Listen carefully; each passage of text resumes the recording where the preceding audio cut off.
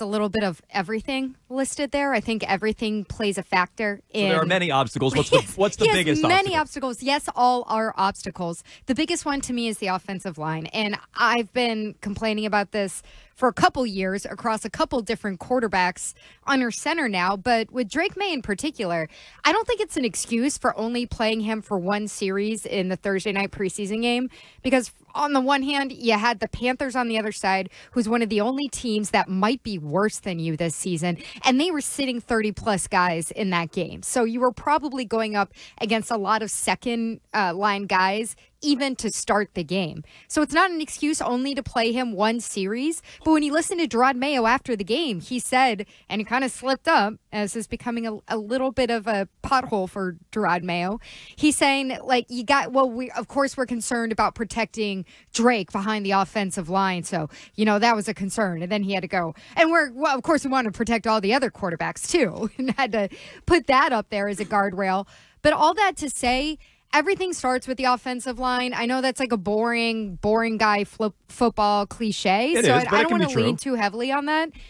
Drake Maye should be able to overcome a bad offensive line. I think they're being very precious with his development, knowing how bad the offensive line is. He's not going to get, killed in practice in the red jersey. But I think that they're overly cautious going into these games, knowing how bad their line depth is, if something should happen to one of those starters on the offensive line, and heaven forbid if something should happen to Drake Maye because he's out there for his third series and you're rotating guys in who have no business being in, second in line for that line.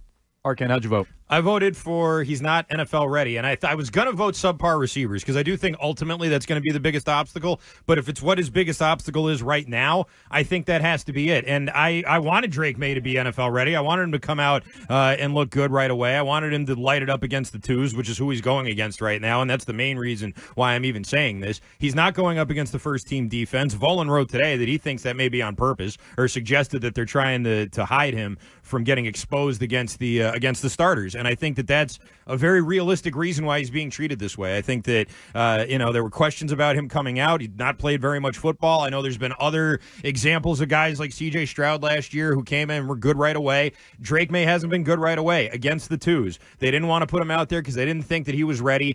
I don't know that these coaches are super experienced, so inexperienced coaches, maybe my number two. So they may not even really recognize what an NFL-ready quarterback is, but I think on some level they have to know, and what they're seeing is not that. So right now, the biggest obstacle is that he's not ready, and the offensive line, I think, could work itself out at some point. The receivers, I think, are going to be a problem all year, but really it's just a question of did you draft someone who's a long-term project, and are you really ready to commit to that? Because it looks like that's what it's going to be. He's not ready. So to follow up on what Ben Volin wrote, and you can vote in the big question of the day up now at Jones and Mego. What's the biggest obstacle for Drake Maye to get on the field? I will vote coaching staff, and What's the biggest obstacle to Mego being able to hear us? You know what? Are they still not working? Yeah, they're still not working. I don't know what's going on. These are different headphones than I've been using the last couple of weeks. You carry on. I can hear you guys. I'm just not going to be able to hear the sound from the other studio, and that's why I'm working on this while you're talking. Mego. Please carry on. Please proceed. Okay, we'll do that. I'm going to vote for the coaching staff. She can't hear me at all. And here's why. Yeah, she definitely can't hear you, Ryan.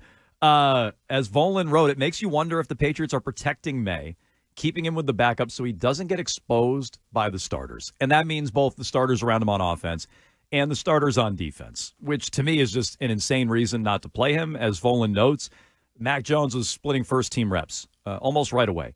In 2021, he eventually overtook Cam Newton. He also wrote about some comments that Mayo had in regards to Alex Van Pelt. These also caught my ear yesterday. Mayo talking on Sunday after the game on Thursday about the approach with Drake Maye. Here's the exchange on Van Pelt. Ron, how's the relationship with Alex Van Pelt then? Sounds like gave me the autonomy to make the decision, not the decision, but give me input on what you guys want to do offensively a bit prior to the preseason game. Yeah, our relationship has been great. Look, he is the head coach of the offense, and once again, we meet about these things all the time, and sometimes things change. And people want to say, why didn't Drake play this much or that much? Look, we had a plan, and we have a plan for this week as well. And you feel comfortable with do your thing? Yeah, for the most part. When I watch other teams, I may give them some ideas, and look, I may not necessarily know all the lingo, but look, we need to get the ball in this space, or we want to run the ball this week. He's open to all that stuff, and we're on the same page. Okay. I didn't love that answer. I know Volan didn't love that answer. You don't love that answer, Mego. When it comes to Alex Van Pelt, it feels like there's a little bit of blame game going on where it's like, well, it's not my plan with Drake Maye. It's Alex Van Pelt's plan. So if you're angry with him, go talk to him. He's in charge of the quarterback. Mayo also acknowledges he doesn't fully know the lingo, which to me is why would you ever hear Bill Belichick say something like that? I don't fully know the lingo. That's just an awful thing for your head coach to say. Aren't you the one who creates the lingo? Thank you. It's your playbook. It's your team. Lingo. You've had 2 years to think about what you want to do. And the guy you hired is Alex Van Pelt, and you don't know the lingo? That's crazy. Well, he's telling you that it's not his language. Okay. But so to me, that's a problem. That's a problem. And so whether it's his playbook, whether it's not, it should be his playbook. It's your team, Gerard. What have you been doing for the last 2 years knowing you were going to get this job? And so that's wild to me. And that's why I vote inexperienced coaches.